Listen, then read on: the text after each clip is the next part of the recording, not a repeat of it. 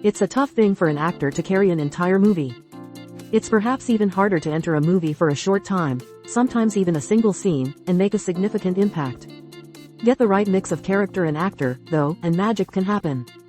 An extremely well-developed supporting character can add new levels of enjoyment, introducing fresh energy into a story or taking what's already established and kicking it up a notch. The following characters did just that. Their screen time might be limited, but what they do during that time makes an enormous impact. In fact, you could argue they steal the entire movie they're in. Some bring comic relief, others join in the already occurring action, and a few provide an intriguing new angle to the story. However they do it, these characters are highlights of their respective films. Vote for the characters you think did the most in the least amount of time. Francis Ford Coppola's Apocalypse Now is widely considered one of the best war movies ever made. Part of the reason for that is the appearance of Robert Duvall as Lieutenant Colonel Bill Kilgore, the commander of the 1st Squadron, 9th Cavalry Regiment.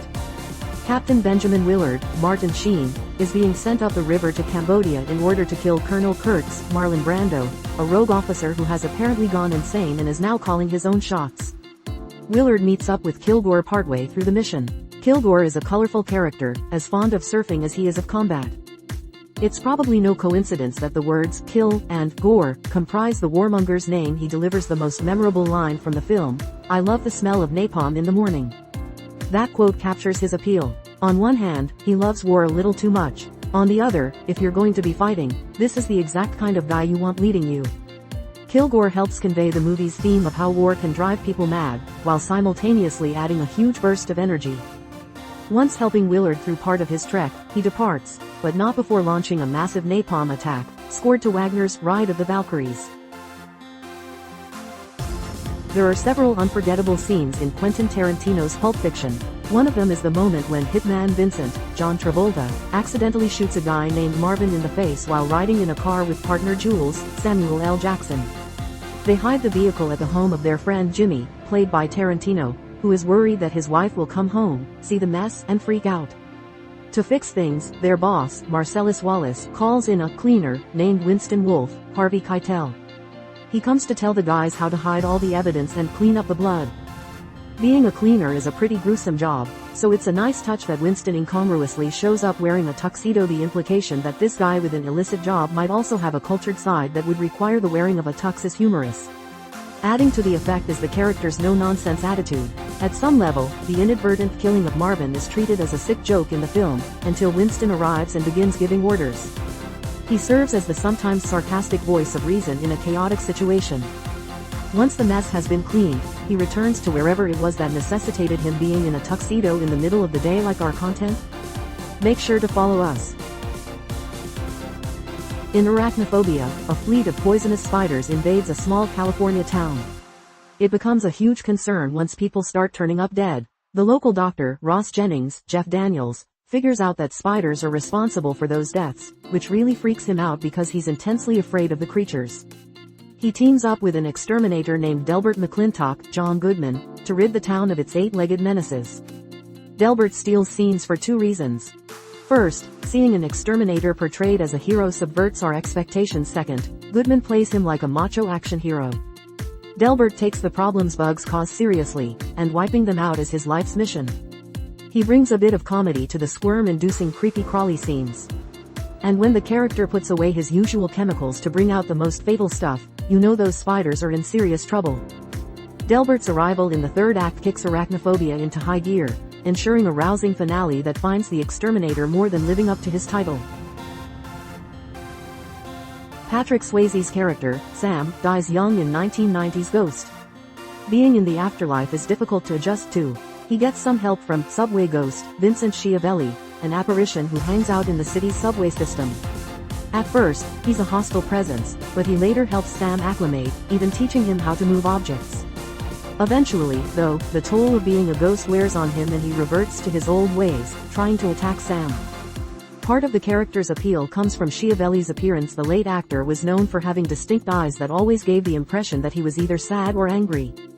That quality is put to good effect. Subway Ghost has a mystique around him that builds drama. At first, the audience is apprehensive about him, then his softer side is shown, winning them over. When he goes back to being aggressive, it feels tragic because we know he's actually a decent soul.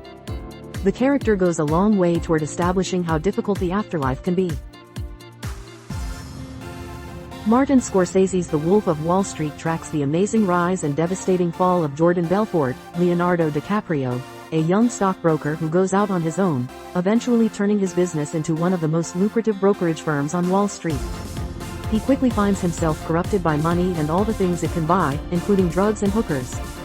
Before that happens, though, Jordan sits down for a meal with his boss Mark Hanna, Matthew McConaughey. Hanna takes the role of mentor, making it clear that all he really cares about in life is making money. In this case, the character works not so much because he's well written but because of how the actor plays him. McConaughey famously improvised during the scene, having Mark launch into a weird chant, complete with pounding himself on the chest to make a beat. The scene is weird in the best possible way. It livens up a character who might have come across as dull, giving him a quirky personality that shows how substantial wealth causes people to lose self-awareness at the same time that they're ironically gaining overinflated self-importance. But it's also just hysterically funny, as McConaughey infuses Mark with his own offbeat rhythm. Jordan soon has no more need for Mark. His lesson reverberates through the rest of the movie, though. The Prestige focuses on magicians Rupert Angier, Hugh Jackman, and Alfred Borden, Christian Bale. Angier blames Borden for the on-stage death of his wife during a water escape trip, leading to an intense rivalry between the men. Both want to take the other one down by upstaging each other's acts or ruining their tricks. Borden eventually comes up with the transported man, which may be the greatest trick ever. Angier is determined to learn how it works. The trail leads to famed inventor Nikola Tesla, played by rock star David Bowie, whose electricity experiments might play a part. Tesla is a prominent historical figure, and Bowie brings an appropriate mystique to him. Having a larger-than-life celebrity play Tesla was a masterstroke. He makes the inventor an intelligent, hypnotic person. That adds to the overall vibe of the movie. Tesla builds a device for Angier that duplicates objects placed inside it, and also issues a warning that great unhappiness will result if he actually uses it. Arriving at a key point in the story, he helps set the stage for the wild twists and turns to come. Plus, Bowie as Tesla. What could be cooler? Glengarry Glen Ross is a pressure cooker movie that looks at a bunch of salesmen all struggling to meet their quotas so they don't lose their jobs.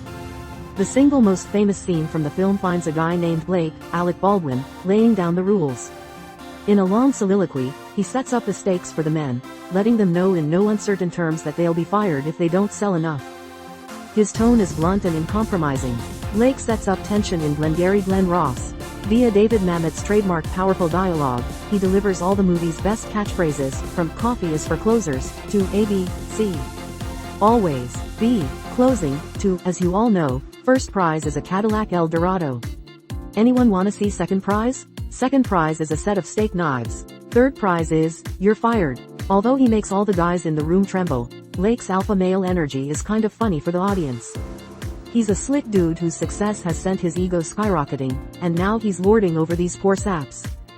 Without his presence to lay down the rules, the story's central drama would fall flat. Tom Ripley, Matt Damon, the main character in The Talented Mr. Ripley, has always wanted a life of privilege. He gets a chance to rub up against such a life when a shipping magnate asks him to go to Italy and convince his son Dickie Greenleaf, Jude Law, to return to the United States. Once there, he pretends to have been a Princeton classmate of Dickie's. They become friends and Tom finally starts enjoying a few perks of the affluent lifestyle he's dreamed of. Dickie's other friend, Freddie Miles, Philip Seymour Hoffman, doesn't trust Tom, though, and treats him as the unworthy hanger-on he is. Given that Tom ends up killing Dickie and assuming his identity, Freddie is a pretty good judge of character as played by Hoffman. Freddie is rather amusing in his embodiment of the high life. He's extremely cultured, yet also more than a little snooty. His elitism is interestingly borne out, as he later uncovers Tom's whole identity theft scam. The character is someone we're encouraged to dislike a little bit because of his rich kid attitude, then empathize with because we know he's smart enough to put the pieces together. That dichotomy makes him fascinating. Tom Ripley kills him for his recognition of the scam, suggesting that Freddie might ultimately have been a little too smart for his own good. What We Do in the Shadows is primarily about vampires, but it's a werewolf who steals the show. Rhys Darby plays Anton, the leader of a werewolf pack. His job, which is not always easy, is to manage the transformation of other werewolves. He attempts to make sure they don't turn before it's time by encouraging relaxation techniques and other methods to avoid feeling angry. Anton's combination of earnestness and frustration makes him a hilarious presence in the movie. He's perpetually trying to contain chaos. When his charges start to transform one night, he issues riotous guidance, such as recommending they take off any clothing they don't want ripped to shreds in the process. You can tell he takes his job seriously and cares about what he does, even if he's tasked with something incredibly difficult. Anton gets some of the biggest laughs in a movie that's already wall-to-wall funny. Cold Mountain is set during the final days of the Civil War. Jude Law is Inman, a soldier for the South who pines for Ada, Nicole Kidman, the woman he began seeing right before leaving to fight.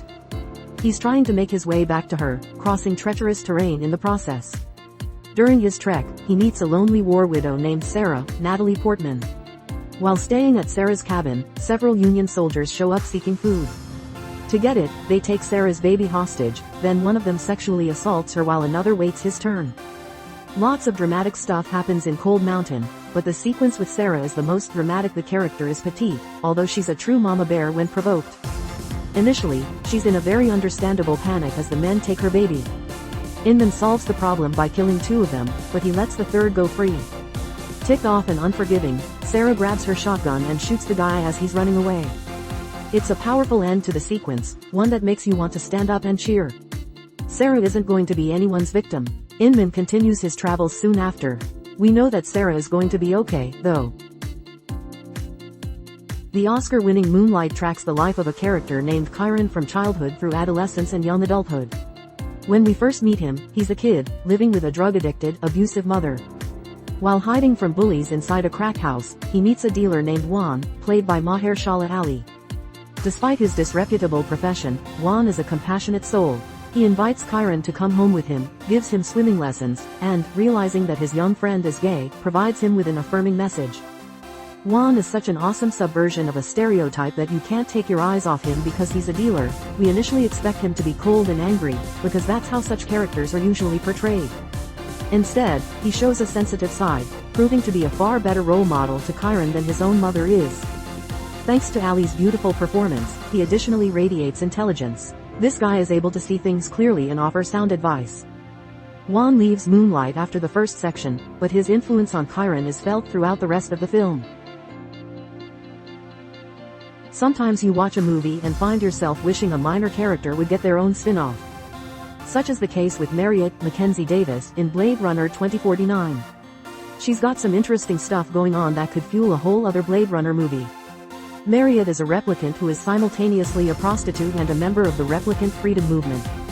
That alone is intriguing. She's hired to get close to bounty hunter K, Ryan Gosling, to obtain information and put a tracker on him. An air of mystery is what makes Mariette so appealing. She can be bold or sneaky, seductive or tender. Davis gives her a lot of shades that suggest a whole world for her beyond what happens in this particular film. The unique fashion sense additionally sets her apart within the story's universe. She's one of those characters who just has a cool look about her. Mariette's desire to take part in the liberation of replicants infers a seriousness of purpose that makes us want to see a lot more of her. Once her encounter with Kay is completed, she moves on, but still leaves a big impression in her wake. Woody Allen's Midnight in Paris is a fantasy in which aspiring novelist Gil Pender, Owen Wilson, makes late-night excursions through Paris, only to find himself magically transported back in time, where he cavorts with some of the biggest literary giants. One of them is Ernest Hemingway, played by Corey Stoll. Gil runs into him in a cafe, and Hemingway graciously offers to show his novel to equally famous writer Gertrude Stein. Aside from the fun of seeing someone of Hemingway's stature make a cameo in the story, the character is exciting because he's such a live wire. In the course of a roughly 4-minute scene, he comes across as boozy, depressed, wise, egotistical, and generous. In other words, a person who contains multitudes, just like the real Hemingway. His function is to put Gil on the next phase of his journey, and the manner in which he casts such a large presence in a short time serves as a reminder of the kind of writer Gil would like to be someday. Robert McKee is a real guy, known for his story seminars. In other words, he helps aspiring writers learn how to pen screenplays. He has written several books on the topic and is widely known as a guru on the subject. In adaptation, Nicolas Cage plays real-life writer Charlie Kaufman. He's been hired to adapt Susan Orlean's book The Orchid Thief, as Kaufman was in real life, but can't crack the structure. His not real twin brother Donald urges him to put in a bunch of incongruous action scenes. That seems like bad advice, so Charlie turns to, you guessed it, Robert McKee for help. Even though McKee is real, the portrayal of him on screen is an exaggeration. He's alternately droll and demanding, barking out advice as though delivering the Sermon on the Mount. He interrupts Charlie's voiceover to command his audience to never use voiceover narration in their scripts. Then he proceeds to thoroughly dress Charlie down for asking a simple question, infusing his tirade with profanities. The point of the character is to give Charlie the first step in figuring out how to make his story click. McKee, hilariously played by Brian Cox, accomplishes that, using his brief appearance to deconstruct all the screenwriting cliches adaptation has intentionally used to this point and will proceed to blow up afterward. Gone Girl is the story of Amy Dunn, Rosamund Pike, an unhappily married woman who fakes her own kidnapping so she can frame her husband Nick, Ben Affleck, for her disappearance. As the press turns Nick into a pariah, declaring him guilty until proven innocent, he hires an attorney named Tanner Bolt to help him turn the tide. Tanner is played by Tyler Perry, and one of the big pleasures is seeing him in a more dramatic role. Perry, of course, is best known for playing Medea in a series of broad comedy films. Here, he makes viewers forget all about that character with a sharp, witty turn. He makes Tanner a real shark, the kind of attorney who knows how to help with damage control. He's playing three-dimensional chess, perpetually working several moves ahead of everyone else. Most of Gone Girl is about people in chaos, so whenever he comes on screen to help Nick, it's invigorating to witness someone who is so thoroughly in control. Like our content? Make sure to follow us.